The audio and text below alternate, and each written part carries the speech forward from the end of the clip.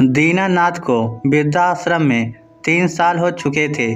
धीरे धीरे उन्हें बिना परिवार के रहने की आदत पड़ गई थी। शुरू में छोटा बेटा मिलने आया था, मगर अब कोई नहीं आता था। अपनों से दूर होने का दर्द और बिछोह ने उन्हें गुमसुम सा बना दिया था। मगर एक दिन वृद्धाश्रम में निर्मला के आगमन ने दीनानाथ को व्याकुल ही कर दिया। बरसों बाद बूढ़ी निर्मला को देखकर पहले तो वह पहचान ही नहीं पाया था, मगर जब उसे कमरा देते समय उसका नाम पुकारा गया, तब दीनानाथ ने तुरंत उसे पहचान लिया था। वह दोनों स्कूल के समय से ही गहरे मित्र थे। स्कूल के बाद कॉलेज और उसके बाद जब भी दोनों ने अपने बच्चों की शादी की थी, तब एक दूसरे को बुलाया था। मगर पिछले 20 सालों से दोनों की मुलाकात नहीं हुई थी। दीनानाथ के लिए निर्मला मात्र दोस्त ही नहीं थी, वह उसे बहुत पसंद करता था। दिल ही दिल में उसे चाहता था। एक औरत और पुरुष में सिर्फ दोस्ती बहुत कम होती है। या तो वह किसी आकर्षण में बंधे हो सकते हैं, या फिर कोई ज़रूरत या मतलब उन्हें बांधे रख सकता है। आकर्षण का मतलब प्रेम भी हो सकता है, या फिर पा लेने की चाहत हो सकती है। दीनानाथ के दिल में हमेशा निर्मला के लिए एक विशुद्ध प्रेम की गंगा बहती थी। दोनों की जाति अलग थी, इसलिए उस जमाने में शादी होना असंभव था। इसलिए दीनानाथ ने कभी इजहार नहीं किया, सिर्फ मन ही मन उसे प्यार किया। कहते हैं सच्चा प्रेम हमेशा अपने हृदय में बसने वाले की भलाई चाहता है, उसे खुश देखना चाहता है। मगर निर्मला को वृद्धाश्रम में देखना दीनानाथ के लिए एक सदमे जैसा था। निर्मला अपने कमरे में अपना सामान व्यवस्थित कर रही थी कि दीनानाथ वहां जा पहुंचा। उसे देखते ही बोला, कैसी हो निर्मला? निर्मला ने अपना चश्मा व्यवस्थित किया, गौर से उसे देखा, फिर आश्चर्य के साथ बोली, दीनानाथ तुम यहाँ क्या कर रहे हो? दीनानाथ एक कुर्सी खींचकर उसके ऊपर बैठता हुआ बोला, बहुत जल्दी पहचान लिया। वह बोली, 20 साल पहले तुम्हारे बेटे की शादी में मिले थे ना हम? ज़्यादा नहीं बदले हो तुम। दीनानाथ बोला, 3 साल से यही हूँ। वह थोड़ा आश्चर्य जताते हुए बोली, तुम्हारे तो 2 बेटे थे ना, दोनों ही निकम्मे निकल आए क्या? वह उदास होकर बोला, निकम्मे नहीं, मक्कार निकल आए। सब कुछ हजम करके कहीं और शिफ्ट हो गए हैं। अब मेरे लिए उनके घरों में कोई जगह नहीं है। निर्मला बोली, मेरा बेटा भी मुझे छोड़कर चला गया। अब वह अपनी बीवी बच्चों के साथ कनाडा में रहता है। मेरा फ़ोन ही नहीं उठाता। 3-4 सालों से अकेली रह रही थी, अब बीमार रहने लगी हूँ।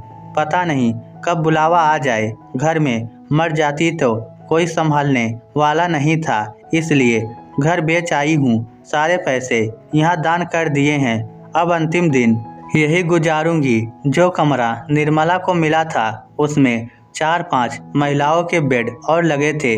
वह सभी बाहर धूप सेक रही थी। दीनानाथ भी बाहर पार्क में आकर एक कुर्सी पर बैठ गया। मगर कुछ देर बाद निर्मला भी उसके पास चली आई।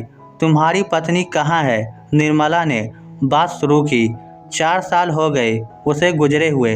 जब साथ निभाने का वक्त था, तब साथ छोड़ गई। बोलते हुए आंखें भर आई थी दीनानाथ की। वह कुछ सोचते हुए बोली, कितना अजीब संयोग है। 4 साल पहले ही वह भी मुझे अकेला छोड़ गए। दीनानाथ ने अपना चश्मा ठीक करते हुए कहा, सबसे बड़ा संयोग ये नहीं है क्या हम लोग जिंदगी के आखिरी पड़ाव में साथ है? निर्मला बोली, हाँ, अंतिम समय में ये मेरा सबसे अच्छा दोस्त मेरे साथ है, इसलिए मैं बहुत खुश हूँ। दीनानाथ कुछ देर चुप रहा, फिर बोला, एक बात पूछें? निर्मला बोली, क्या? वह बोला, अब हम दोनों उम्र के इस पड़ाव पर हैं जहाँ खुल के बतला सकते हैं। आज मैं स्वीकार करता हूँ कि मुझे तुमसे प्रेम था, जिसे मैं दोस्ती के नाम से निभा रहा था। इतना कहकर वह निर्मला की तरफ देखने लगा। निर्मला बोली, बताने की कोई ज़रूरत नहीं है, मैं एक औरत हूँ। भगवान ने चाहे औरत को दिमाग कम दिया हो, मगर पुरुष की नज़र को पहचानने का अनोखा गुण दिया है। इसलिए बुढ़ापे में मुंह से बोलकर क्यों पाप चढ़ा रहे हो। कहते हैं प्यार एक केमिकल लोचा है, उम्र के साथ कम हो सकता है मगर ख़त्म कभी नहीं होता। जैसे जैसे उम्र ढलती है, यादों के घोंसलों में सिकुड़कर सुरक्षित रहता है, और जब प्रिय का साथ मिलता है तो ये फिर से फड़फड़ाना शुरू कर देता है। तब ये ना उम्र देखता है ना बंधन। दीनानाथ बोला, मरने से पहले एक बात जानने की इच्छा थी, क्या तुम भी मुझसे प्यार करती थी। निर्मला खड़ी होती हुई बोली, 80 साल के हो गए हो, अब ये बातें तुम्हें शोभा नहीं देती। अब राम भजन के दिन है। निर्मला उठकर चली गई थी। दीनानाथ को खुद के शब्दों से ग्लानि होने लगी। वह सोचने लगा कि खामखा उसे नाराज कर दिया। वह धर्म कर्म करने वाली औरत है, मुझे ऐसी बात नहीं करनी चाहिए थी। दीनानाथ ने रात को खाना खाते समय भी उससे बात नहीं की। इस कारण दीनानाथ को नींद बहुत लेट आई। वह सुबह लेट उठा, मगर जब कमरे से बाहर आया तब काफ़ी बुजुर्ग बात कर रहे थे कि वह तो कल ही आश्रम आई थी, एक रात रुकी और चली गई। दीनानाथ का कलेजा धक धक करने लगा। वह सोचने लगा कि कल तो निर्मला आई थी, वह कहाँ चली गई। वह तेजी से चलता हुआ निर्मला के कमरे के सामने पहुंचा तो उसका कलेजा बैठ गया, क्योंकि निर्मला का शव कमरे से बाहर रखा हुआ था। आश्रम का स्टाफ उसके चारों ओर खड़ा था। दीनानाथ ने देखा, निर्मला के दोनों हाथ उसके सीने पर थे। हाथों में एक छोटी सी फोटो थी जिसका कोना बाहर झलक रहा था। डॉक्टर ने बहुत मुश्किल से उसके हाथों के बीच से फोटो निकाली।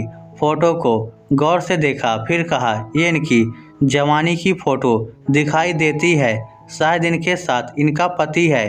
दीनानाथ भावावेश में डॉक्टर के नज़दीक चला गया। फिर उसने डॉक्टर के हाथ से फोटो लेकर गौर से देखा। फोटो देखते ही उसका बूढ़ा दिल जोर जोर से उछलने लगा, क्योंकि फोटो में निर्मला के साथ और कोई नहीं, वह खुद था। उसने चुपचाप फोटो वापस डॉक्टर को पकड़ाई और अपने कमरे में चला गया। उसके दिल में खलबली मच गई थी। वह सोच रहा था, पागल, मुझसे उम्र भर प्यार करती रही मगर कभी जाहिर नहीं होने दिया। कल मैंने अपने दिल की बात बताई तो उसको सहन नहीं कर सकी और चली गई। इतनी भी क्या जल्दी थी, कुछ दिन साथ बिता लेती तो उसका क्या बिगड़ जाता। दीनानाथ की आंखों से आंसू बहने लगे, दिल में गुबार सा उठने लगा, बेचैनी सी होने लगी।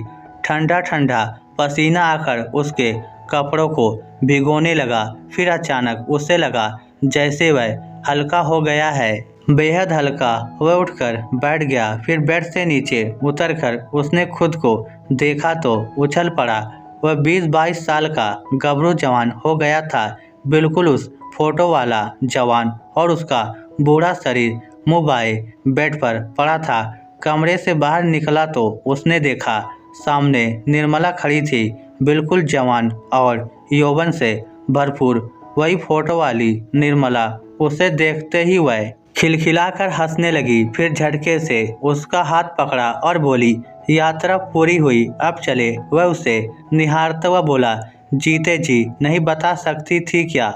निर्मला तिरछे चितवन दिखाते हुए बोली, 7 फेरों के बंधन में बंधी थी पागल, अब आज़ाद हो गई हूँ। अब चलो, अगले जन्म सिर्फ तुम्हारी बनकर रहूंगी। फिर वह दोनों एक दूसरे का हाथ पकड़कर बादलों में कहीं खो गए। इस स्टोरी को लेकर आपकी क्या राय है, नीचे कमेंट करके हमें ज़रूर बताइएगा। धन्यवाद।